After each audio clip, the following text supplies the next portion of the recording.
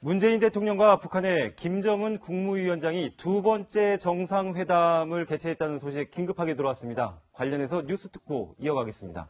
스튜디오에 하태원 국제부장, 김성진 정치부 차장 나와 있습니다. 어서 오세요. 네, 안녕하세요. 네, 안녕하십니까. 상당히 깜짝 소식이 들어온 건데 오늘 오후 3시부터 2시간 동안 진행됐죠? 네, 그렇습니다. 정확히 말씀드리면 오늘 저녁 7시 50분쯤에 청와대 대통령 국민소통수석이 윤영찬 수석이 수집자들한테 이렇게 문자를 보냈습니다. 정확한 내용은 오늘 오후 3시부터 판문점 북측 통일각에서 오후 3시부터 2시간 동안 문재인 대통령과 김정은 위원장이 2시간가량 만났다. 2차 남북 정상회담을 했다. 그렇게 밝히고 있습니다. 그래서 두 명이 만나서, 두 정상이 만나서 무슨 얘기를 했느냐 했을 땐 4.27 판문점 선언의 이행에 대한 부분, 그리고 북미 정상회담 성공을 위한 여러 가지 논의를 했다. 그렇게 얘기를 하고 있습니다. 그러면서 내일 오전 10시에 문재인 대통령이 직접 이 회담 결과를 발표할 것이다. 그렇게 밝혔습니다. 네, 정확히 1차 남북 정상회담이 4월 27일, 한 달 전에 판문점 우리 측 지역 평화의 집에서 열렸지 않습니까? 그렇죠. 이번에는 한 달 뒤에 북측 통일각에서 열렸네요. 네.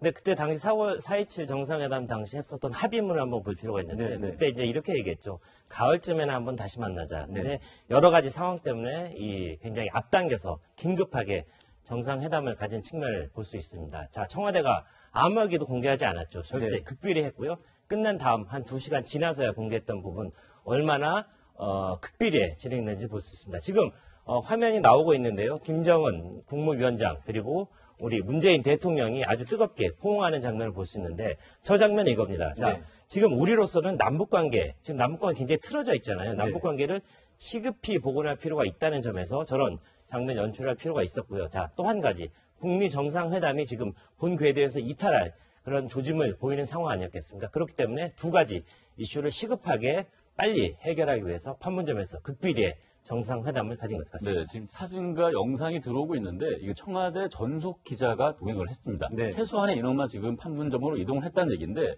지금 앞서 영상에도 나오지만 지금 경호 차량도 대통령 평상시에 이동하지 않는 은색 벤츠를 타고 이동을 했습니다. 그리고 경호 차량 역시 크게 눈에 띄지 않는 경호 수행을 했기 때문에 은밀히 판문점까지 비공개로 극비리에 이동을 했다 보실 수 있고요. 북측에서도 지금 김여정 부부장만 네. 나와서 지금 영접을 했고 단독 회담을 했을 때 배석자도 단 2명이었습니다. 그러니까 단 1명씩 배석을 했는데 우리 측에서는 서훈 국정원장 그리고 북측에서는 김영철 위원장이 나와서 지금 자리를 지키고 있는 모습입니다.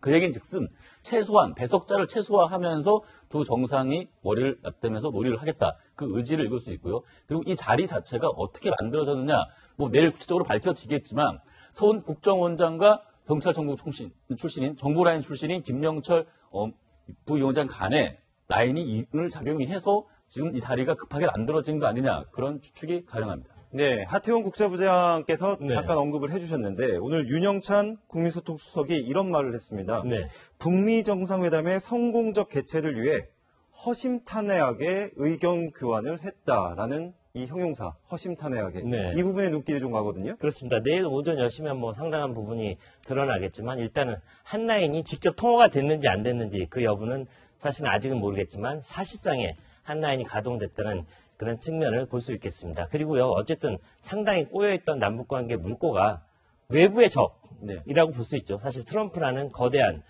김정은으로서는 그렇습니다. 트럼프라는 거대한 상대를 만났기 때문에 결국 다시 한번 문재인 대통령의 손을 잡을 수밖에 없었던 것 아닌가 이런 생각이 듭니다. 자, 계속해서 김정은 위원장은 우리 문재인 대통령에게 직접 좀 설득을 해주시오. 이런 역할을 좀 해달라. 한반도 운전자로는 해달라. 그런 역할을 해달라는 걸 강조하지 않았습니까? 그렇기 때문에 절체절명의 위기 상황에서 김정은 위원장으로서는 우리 문재인 대통령의 손을 다시 한번 잡는 모양새를 취할 수밖에 없었던 것 같습니다. 네, 이 부분을 주목해봐야 될 게, 네. 그러니까 며칠 전만 하더라도 리성건 조평통 위원장이 우리 맥스언더 훈련을 비밀을 삼았죠. 그래서 맥스언더 훈련 중단, 그리고 지금 여정업원 송환, 여러 가지 요구를 하면서 앞으로 남조선 정부하고 마주하지 않겠다. 그러면서 어떠한 조치라도 취하지 않는 이상 마주하지 않겠다 이랬습니다. 그래서 태용호 공사 소식부터 해서 탈북자들이 날리는 대북 전단까지 여러 가지 조건들을 많이 걸었었거든요. 솔직히 우리 정부가 이 문제에 대해서 명쾌하게 답을 내놓지 않았습니다. 그런 상황에서 근데 단순한 고위급 접촉이 아니라 두 정상이 만났다는 건 그만큼 북한 입장에서도 급했다. 그런 해석이 가능합니다. 네. 이번 정상회담이 1차 정상회담에 의해서 한 달 뒤에 있었던 일이지만 북한, 그러니까 한국과 미국의 정상회담 바로 직후에 일어난 거잖아요. 그렇죠. 근데 여기서 일각에서 이렇게 급하게 정상회담 일정을 잡았겠느냐. 사실 네.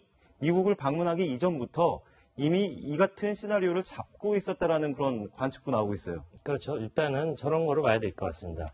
자, 그 정상회담의 순서 같은 것들을 한번 볼 필요가 있을 텐데, 네. 자, 문재인 대통령이 사실 급하게 미국을 간 이유는 미국 정상회담을 앞두고 뭔가 북한과 미국 간의 중간에 어떤 거간 역할을 하겠다는 그런 의지의 발로였다고 봤는데, 자, 갔다 와서 굉장히 예상하지 못했던 심각한 상황이 발생하지 않았겠습니까? 그렇기 때문에 김정은 위원장과 즉각에서 거기서 급하게 한라인을 가동해서 자, 이대로는 안 되겠다. 한번 만나서 허심탄회하게 얘기를 하고 트럼프 대통령의 생각을 직접 한번 전할 필요가 있었던 것 같습니다. 자, 거기에 대해서 김정은 국무위원장이 어느 정도 호응했을지 그 부분을 과연 비핵화 부분에 대해서 좀 더 진전된 이야기를 했을지 여부가 이번 급하게 만들어진 한미 2차 판문점 정상회담의 성패를 가를 그런 중요한 키워드가 될 것 같습니다.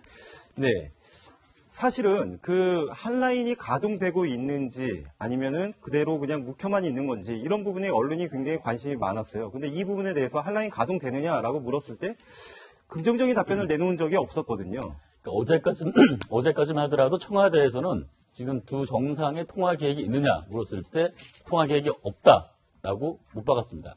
그 얘기는 즉슨 당초에 말씀하신 것처럼 한미 정상회담 직후에 한라인 통화를 할 것이라는 게 대다수의 관측이었거든요. 그런데 의외로 우리 청와대에서는 이 상황에 대해서는 통화 계획이 없다라고 못을 박았습니다. 그건 역으로 생각했을 때 전화 통화를 하는 것보다 직접 만날 수밖에 없다는 상황 인식이 있었기 때문에 한라인 통화를 하지 않겠지만 직접 만나겠다는 그런 결정이 요 며칠 사이에 급하게 이루어졌다고 볼 수가 있고요. 그리고 오늘 이 만남 과정도 봤을 때 오늘 사전에 안전하게 조율됐다. 며칠부터 조율됐다. 그렇게 보기에는 좀 성급한 부분이 있는 것 같습니다. 네, 저 지금 영상을 보시면요, 뭔가 좀 특별한 부분을 볼 수 있겠습니다. 김여정 부부장이 영접하는 건 당연한데 저렇게 급하게 이루어진 정상회담임에도 불구하고 뭔가 의전들, 그 다음에 사열하는 그런 모습들 보이지 않겠습니까? 자, 김정은 위원장이 어쨌든 급하게 초대를 했음에도 불구하고 문재인 대통령에게 최대의 예우를 갖췄다는 걸 볼 수 있고요. 지난번 1차 판문점 정상회담 때는 김정은 위원장이 걸어서 도보로 뚜벅뚜벅 걸어서 내려왔던 그런 장면을 연출했는데 네. 이번에 문재인 대통령 차량으로 이동해서 판문각에 내렸던 그런 장면도 확인할 수 있었습니다.